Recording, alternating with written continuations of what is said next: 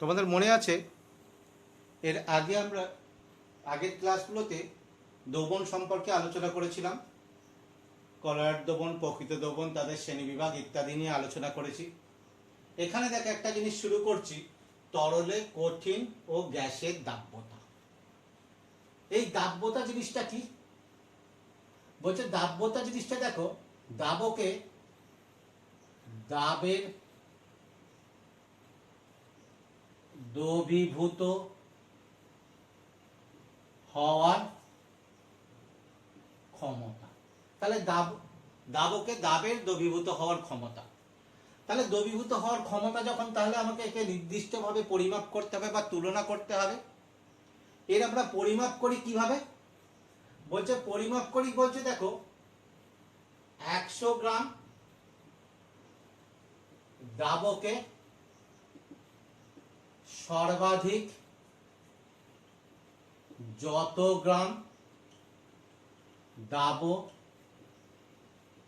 দ্রবীভূত হতে পারে। 100 গ্রাম দাবকে সর্বাধিক যত গ্রাম দাব দ্রবীভূত হতে পারে, এই গ্রাম প্রকাশক সংখ্যা, গ্রাম প্রকাশক সংখ্যা, এই গ্রাম প্রকাশক সংখ্যাটা কি আমরা বলবো দাব্যতা। তবে দেখো এখানে একটা শর্ত থাকে, কি? নির্দিষ্ট উষ্ণতায়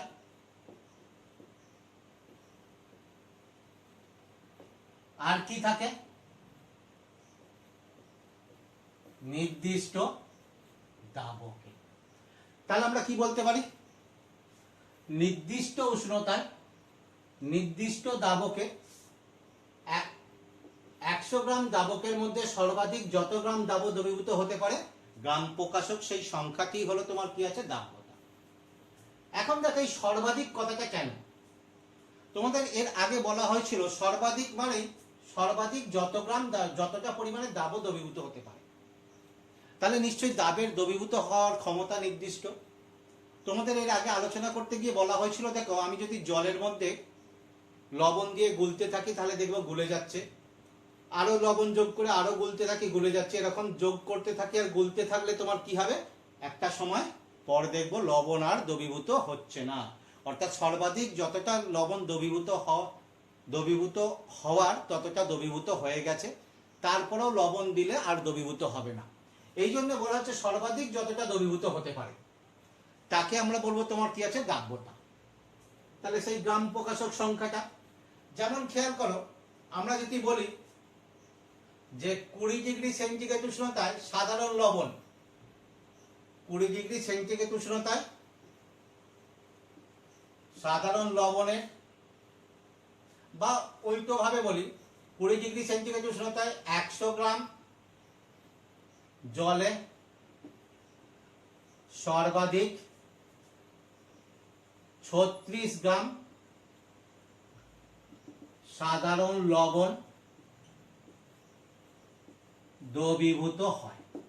তাহলে 20 ডিগ্রি সেন্টিগ্রেড উষ্ণতায় 100 গ্রাম জলে সর্বাধিক 36 গ্রাম সাধারণ লবণ দ্রবীভূত হয়। তাহলে যেহেতু 100 গ্রাম জল এটা দাবক, তাহলে এই 36টা কি হয়ে যাবে? এই সাধারণ লবণের দাব্যতা।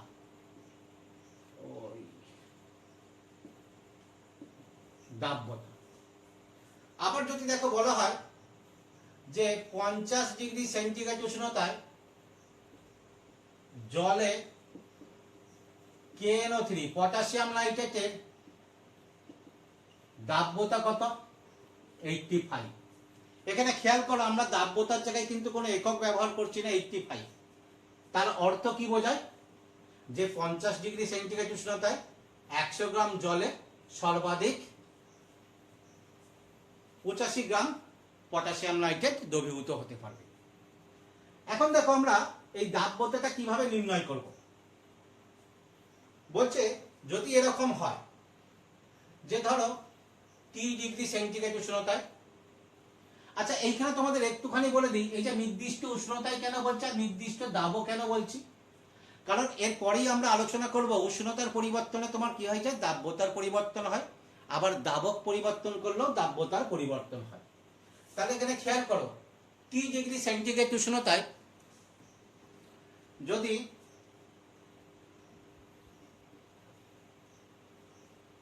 উষ্ণতায় x গ্রাম দ্রবণে, এখানে দেখো বলেছি দ্রবণে, y গ্রাম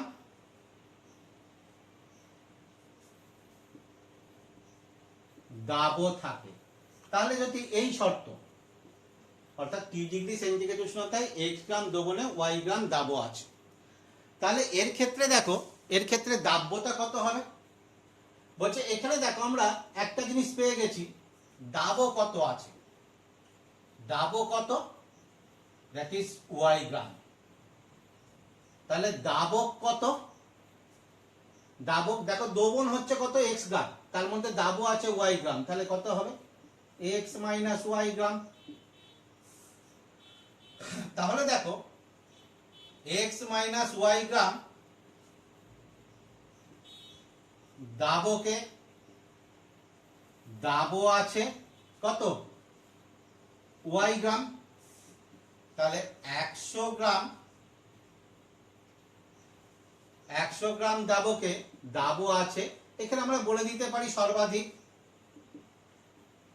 সর্বাধিক কত হবে, y by x minus y into 100। তাহলে এখান থেকে দেখো, এইটাকে যদি আমরা এবার 100 গ্রামে যেটা থাকবে সেটাই দাব্যতা, তাহলে দেখো দাব্যতা কত হচ্ছে, দাব্যতা সমান কত, y by x by y into 100। আবার বলছি 100টা আমরা নিয়েছি ভাগ, এটার একক গ্রাম, এর একক গ্রাম, তাহলে দুটো গ্রামের অনুপাত, সেই জন্য এর কোনো একক থাকছে না। তাহলে একে যদি আমরা কথায় প্রকাশ করি কি হবে, y টা দেখো কি, দাবের ভর, x মাইনাস y টা কি দেখো, x মাইনাস y টা কি, দাবকের ভর ইন্টু 100। তাহলে এই হলো তোমার কি আছে, যে কোনো পদার্থের ক্ষেত্রে দাব্যতা হয়েছে, দাবের ভর, দাবকের ভর বাই ইন্টু 100।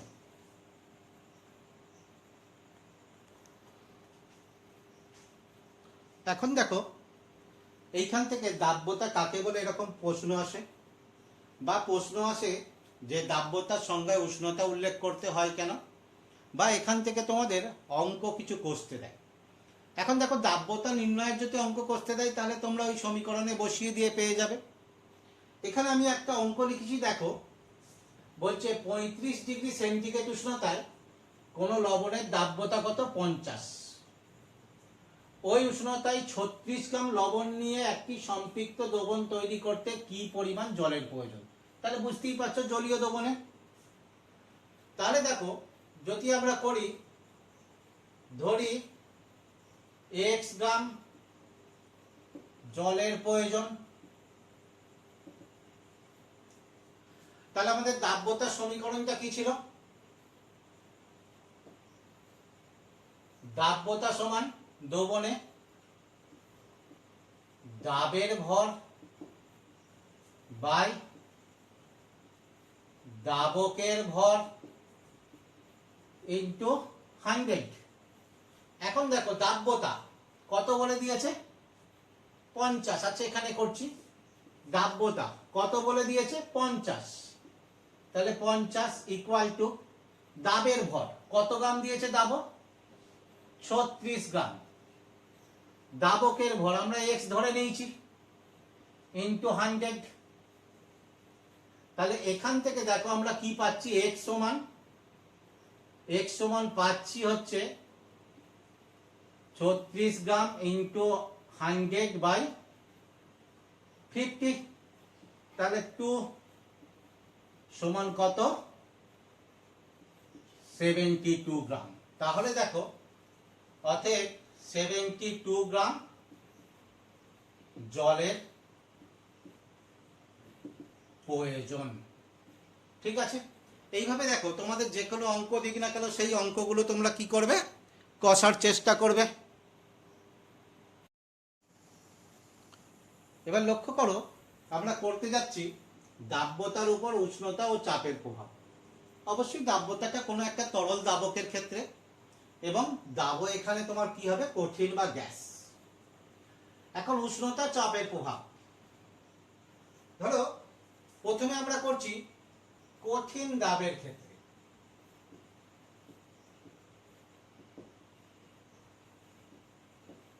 কঠিন দাবের ক্ষেত্রে বলছে দেখো উষ্ণতা পরিবর্তন করলে, তোমাদের আগেও বলেছি উষ্ণতা পরিবর্তন করলে কি হয়ে যায়, দাব্যতার পরিবর্তন ঘটে। এবার সেটা কিরকম পরিবর্তন ঘটে আমরা লক্ষ্য করব। দেখো দাব্যতার কিরূপ পরিবর্তন ঘটে।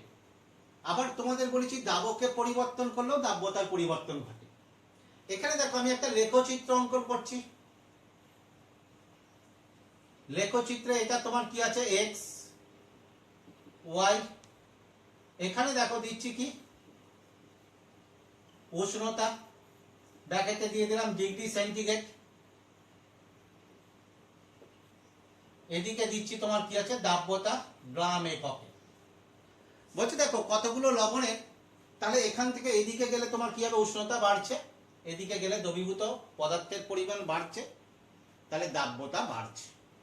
আমরা যদি কতগুলো পদার্থের ক্ষেত্রে আলোচনা করি, দেখো যদি আমরা সাধারণ লবণ নিই তাহলে দেখো লেখচিত্রটা এই রকম পাবো। কার ক্ষেত্রে, NaCl। অর্থাৎ NaCl এর ক্ষেত্রে তাহলে তোমরা দেখো কি রকম হচ্ছে, দেখো উষ্ণতা এদিকে যাচ্ছে, উষ্ণতা বাড়ছে, উষ্ণতা বাড়ালে এদের ক্ষেত্রে তোমার কি আছে, দাব্যতা বাড়ছে। এবং দাব্যতাটা কেমন বাড়ছে, খুব সামান্য মাত্রায় দাব্যতাটা দ্রবীভূত, দাব্যতাটা বাড়ছে। অর্থাৎ যদি ধরো এখানে আমরা বলি, এইখানে ধরো যে কোনো ক্ষেত্রে একটা, ধরো এখানে যদি তোমার কি হয়ে যায় 10 গ্রাম, আরেকটু যখন উষ্ণতা বাড়িয়ে এই জায়গাতে গেছে, তাহলে এই জায়গাতে ধরো এটা 15 গ্রাম। তাহলে উষ্ণতা যত এদিকে বাড়ছে এই উষ্ণতায়, তাহলে এই উষ্ণতায় কত ছিল, 10 গ্রাম। এই উষ্ণতায় যখন গেছি ধরে নাও হয়ে গেছে 15 গ্রাম। তাহলে উষ্ণতা যত বাড়ছে দেখো দাব্যতা আস্তে আস্তে বাড়ছে। আবার একটা খেয়াল করো, আমরা করছি এর ক্ষেত্রে পটাশিয়াম নাইট্রেট। দেখো পটাশিয়াম নাইট্রেট, তাহলে এর ক্ষেত্রেও দেখো উষ্ণতা বাড়ার সঙ্গে সঙ্গে দাব্যতা বেড়েছে, কিন্তু দাব্যতাটা কেমন দেখো, সোডিয়াম ক্লোরাইডের সঙ্গে যেরকম ছিল, অর্থাৎ যতটা তোমার কি আছে এই উষ্ণতার সঙ্গে সমান্তরাল ছিল, এর তার তুলনায় উলম্ব ভাগটা বেশি। তাহলে এর ক্ষেত্রে বলতে পারি উষ্ণতা বৃদ্ধির সঙ্গে পটাশিয়াম নাইট্রেটের দাব্যতা বৃদ্ধিটা তোমার কি আছে, খুব বেশি। আবার দেখো একটা দিচ্ছি, এর ক্ষেত্রে এটা হচ্ছে ক্যালসিয়াম হাইড্রোক্সাইড। লেখচিত্রটা দেখো ভালো করে খেয়াল করো, এখানে যে গ্যাপটা ছিল এখানে গ্যাপটা আস্তে আস্তে কমেছে, তার মানে লেখচিত্রটা নিচে নেমেছে। তাহলে এর ক্ষেত্রে কি হয়েছে, উষ্ণতা বৃদ্ধির সঙ্গে দাব্যতা আস্তে আস্তে কমেছে। তাহলে আমরা দেখলাম বিভিন্ন পদার্থের ক্ষেত্রে কারো ক্ষেত্রে উষ্ণতা বাড়ালে দাব্যতা বাড়ে, আবার কারো ক্ষেত্রে উষ্ণতা বাড়ালে দাব্যতা কমে। এখন একটু জেনে রাখো এইগুলো কেন হয়, এদের ক্ষেত্রে দাব্যতা বেড়ে গেল, এর ক্ষেত্রে কেন হলো। বলছে দেখো এটা নির্ভর করে ওই পদার্থের প্রকৃতির উপরে। কিছু কিছু পদার্থগুলো আছে যে পদার্থগুলোকে দ্রবীভূত করলে তাপের শোষণ ঘটে, অর্থাৎ যেটাই দ্রবীভূত করছে সেটা শীতল হবে, তাহলে তাদের ক্ষেত্রে উষ্ণতা বাড়ালে দাব্যতা বাড়বে। আর যে পদার্থগুলোর ক্ষেত্রে তোমার কি আছে, দ্রবীভূত করলে তাপ উৎপন্ন হয়, অর্থাৎ পাত্রটা দেখবে উত্তপ্ত হয়ে যাচ্ছে, তাদের ক্ষেত্রে উষ্ণতা বৃদ্ধি করলে দাব্যতা হ্রাস পায়। এবার একটা খেয়াল করো, একটা ক্ষেত্রে দিচ্ছি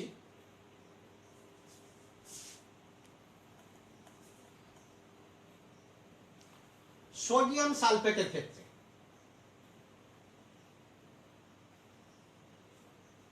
এইটা কার ক্ষেত্রে লক্ষ্য করো, সোডিয়াম সালফেট Na2SO4 10H2।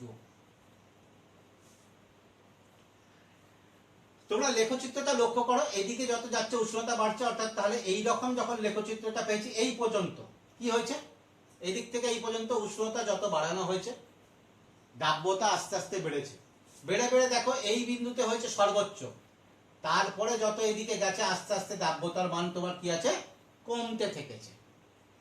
এর একটা অদ্ভুত আচরণ, সুন্দর আচরণ করে, অর্থাৎ প্রথমে উষ্ণতা বাড়ালে দাব্যতা বাড়ে, তারপরে একটা নির্দিষ্ট উষ্ণতায়, এই উষ্ণতার মানটা কত? বলছে দেখো এই উষ্ণতার মানটা হয় 32.4 ডিগ্রি সেন্টিগ্রেড। তাহলে 32.4 ডিগ্রি সেন্টিগ্রেড পর্যন্ত এদের উষ্ণতার মান আস্তে আস্তে বাড়তে থাকে। তারপরে উষ্ণতা বাড়ালে দাব্যতা কমে। এখন কেন এটা হচ্ছে? বলছে দেখো এইটা একটা কঠিন ক্লাস, যখন একে দ্রবীভূত করি তোমার কি হয়ে যায়, তাপের শোষণ ঘটে, ফলে উষ্ণতা বাড়ালে দাব্যতা বাড়ে। কিন্তু যেই 32.4 ডিগ্রি সেন্টিগ্রেড উষ্ণতায় চলে গেল, তখন এর ক্লাস জলটা বেরিয়ে যায়, বেরিয়ে গিয়ে তোমার কি হয়ে যায়, অনার্দ্র সোডিয়াম সালফেটে পরিণত হয়। তাহলে এখানে অনার্দ্র সোডিয়াম সালফেটে পরিণত হলো, এ যখন অনার্দ্র অবস্থায় দ্রবীভূত হবে তখন তাপ উৎপন্ন হয়। তাই এদের ক্ষেত্রে এর পরে তখন উষ্ণতা বাড়াবো, তখন তোমার কি হয়ে যাবে, দাব্যতা আস্তে আস্তে কমবে। তাহলে এইখানে এই পর্যন্ত কার লেখচিত্র, গ্লোবাল লবণ অর্থাৎ সোডিয়াম সালফেট ক্লাসের, তারপরে লেখচিত্রটা কার, অনার্দ্র সোডিয়াম সালফেট। তাহলে এক্ষেত্রে দেখো এই যে আমরা বিভিন্ন পদার্থের ক্ষেত্রে লেখচিত্র সাহায্যে দাব্যতার তুলনা করলাম। এই যে লেখচিত্র এইটা অর্থাৎ উষ্ণতার সঙ্গে দাব্যতার যে লেখ, একে বলা হয় তোমার কি আছে, দাব্যতা লেখ।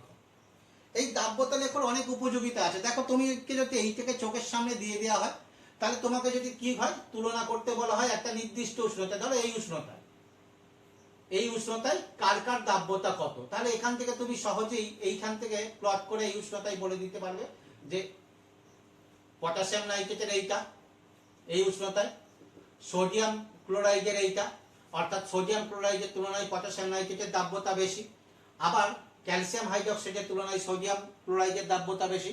অর্থাৎ দাব্যতা লেখ দিকে একটা নির্দিষ্ট উষ্ণতায় কোনো পদার্থে বা বিভিন্ন পদার্থের কার দাব্যতা বেশি কার দাব্যতা কম, এটাকে আমরা তুলনা করতে পারবো সহজেই।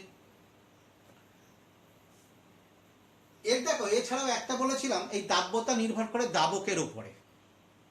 বলছে দেখো কিছু কিছু পদার্থ আছে তোমার কি হয়ে যায়, একটা দাবকে খুব সহজে দ্রবীভূত হয়, একটা দাবকে সহজে দ্রবীভূত হয় না।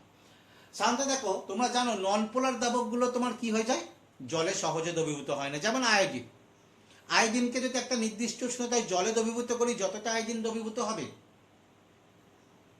ঠিক যদি আমরা কার্বন টেট্রাক্লোরাইড বা কোনো জৈব দাবকে দ্রবীভূত করি, তাহলে তার থেকে তোমার কি হবে, বেশি আয়োডিন দ্রবীভূত হবে। তাহলে দেখো জলের তুলনায় কার্বন টেট্রাক্লোরাইডে আয়োডিনের দাব্যতা বেশি। এবার দেখো আমরা যদি গ্যাসের ক্ষেত্রে করি,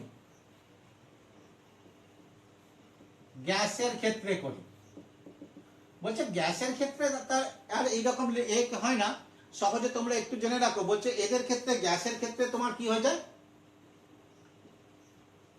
উষ্ণতা বৃদ্ধিতে দাব্যতা হ্রাস পায়। অর্থাৎ গ্যাসের ক্ষেত্রে কোনো একটা জলের মধ্যে কোনো একটা গ্যাস দ্রবীভূত আছে, ধরে নাও জলে কার্বন ডাইঅক্সাইড দ্রবীভূত আছে। এখন যদি উষ্ণতা বাড়াই, কার্বন ডাইঅক্সাইডের দ্রবীভূত কার্বন ডাইঅক্সাইড বা কার্বন ডাইঅক্সাইডের দাব্যতা কমে যাবে। এটা আমরা কিভাবে বুঝতে পারি? বলছে একটা জলে কার্বন ডাইঅক্সাইড দ্রবীভূত হয়ে আছে, তার যদি আমরা ওই জলটাকে যদি উত্তপ্ত করতে থাকি, তাহলে দেখবো ওখান থেকে কার্বন ডাইঅক্সাইড গুলো আস্তে আস্তে বেরিয়ে যাচ্ছে। কেন বেরিয়ে যাচ্ছে? তাহলে ওদের দাব্যতা কম, সেগুলোর কারণে বেরিয়ে যাচ্ছে। যে কোনো গ্যাসের ক্ষেত্রেই তাহলে উষ্ণতা বাড়ালে এদের ক্ষেত্রে দাব্যতা বাড়ে। গ্যাসের ক্ষেত্রে আরেকটা যেটা প্রভাব, যেটা কঠিনের ক্ষেত্রে সেরকম প্রভাব নাই, গ্যাসের ক্ষেত্রে তোমার প্রভাব হচ্ছে চাপের প্রভাব।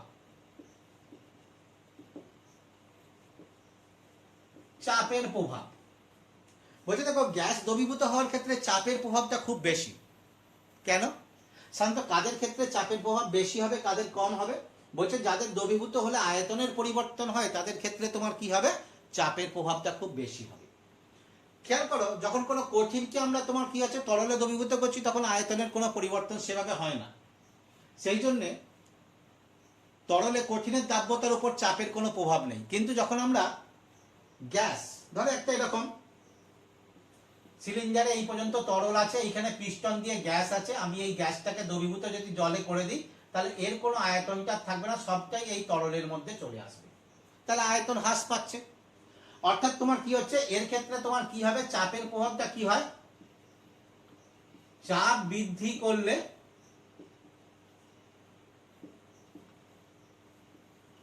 দাব্যতা চাপ বৃদ্ধি করলে দাব্যতা বৃদ্ধি পায়। এই সম্পর্কে হেনরির সূত্র আছে, সেটা কি বলছে দেখো, দ্রবীভূত গ্যাসের পরিমাণ কার সঙ্গে, চাপের সঙ্গে সমানুপাতিক। কার উপরে? গ্যাসের উপরে যে চাপ প্রয়োগ করা হবে, গ্যাসের উপর প্রযুক্ত চাপের সঙ্গে সমানুপাতিক। তাহলে দেখো, গ্যাসের উপর যত বেশি চাপ প্রয়োগ করবো তার দাব্যতা তোমার কি হয়ে যাবে, তত বেশি হবে। এটা দেখো, তোমরা বাস্তব উদাহরণ দেখেছো, যেটা আমরা ওই কোল্ড ড্রিঙ্কসের বোতলগুলোকে খেয়াল করবে। কোল্ড ড্রিঙ্কসের বোতলগুলোর মধ্যে কি থাকে, উচ্চ চাপে কার্বন ডাইঅক্সাইড গ্যাস ভরে দেওয়া থাকে। সেই জন্য দেখবে নতুন ছিপি না খোলা বোতলের যে ফাঁকা অংশটাই চাপ প্রয়োগ করলেও সেখানটাকে তো কি হয়ে যায়, দাবানো যায় না। কিন্তু যখনই দেখবে বোতলটা খুলে দেওয়া হবে, ওখান থেকে হুস হুস করে গ্যাস বেরিয়ে আসছে। কেন? যেই ছিপিটা খুলে দিলাম, ওখানে ছিপি বদ্ধ অবস্থায় কি ছিল, উচ্চ চাপে গ্যাস দ্রবীভূত ছিল। যেই ছিপিটা খুলে দিলাম, কি হলো, চাপটা কমে গেল, ফলে ওখান থেকে দ্রবীভূত গ্যাসটা বেরিয়ে চলে আসছে। অর্থাৎ চাপটা কমিয়ে দিয়েছি, তাহলে দ্রবীভূত গ্যাসের পরিমাণটা কমে গেছে, সেই জন্য গ্যাস দ্রবণ থেকে বেরিয়ে চলে আসছে। তাহলে এখান থেকে দেখো আমরা কি দেখলাম, কঠিনের দাব্যতার উপরে উষ্ণতার প্রভাব, আর গ্যাসের দাব্যতার উপরে উষ্ণতা এবং চাপের প্রভাব। এই দাব্যতা লেখাটা ভালো করে করবে। এখান থেকে তোমার কি আছে, বিভিন্ন গ্যাসের, এই বিভিন্ন কঠিন পদার্থের দাব্যতার তুলনামূলক কোশ্চেন দিতে পারে, বা সোডা ওয়াটারের যে ঘটনাটা বললাম ওইটাও কখনো কখনো কোশ্চেন দেয়। তোমরা এগুলোকে ভালো করে তৈরি করো। তাহলে পরের অংশটা পরবর্তী ক্লাসে যাব।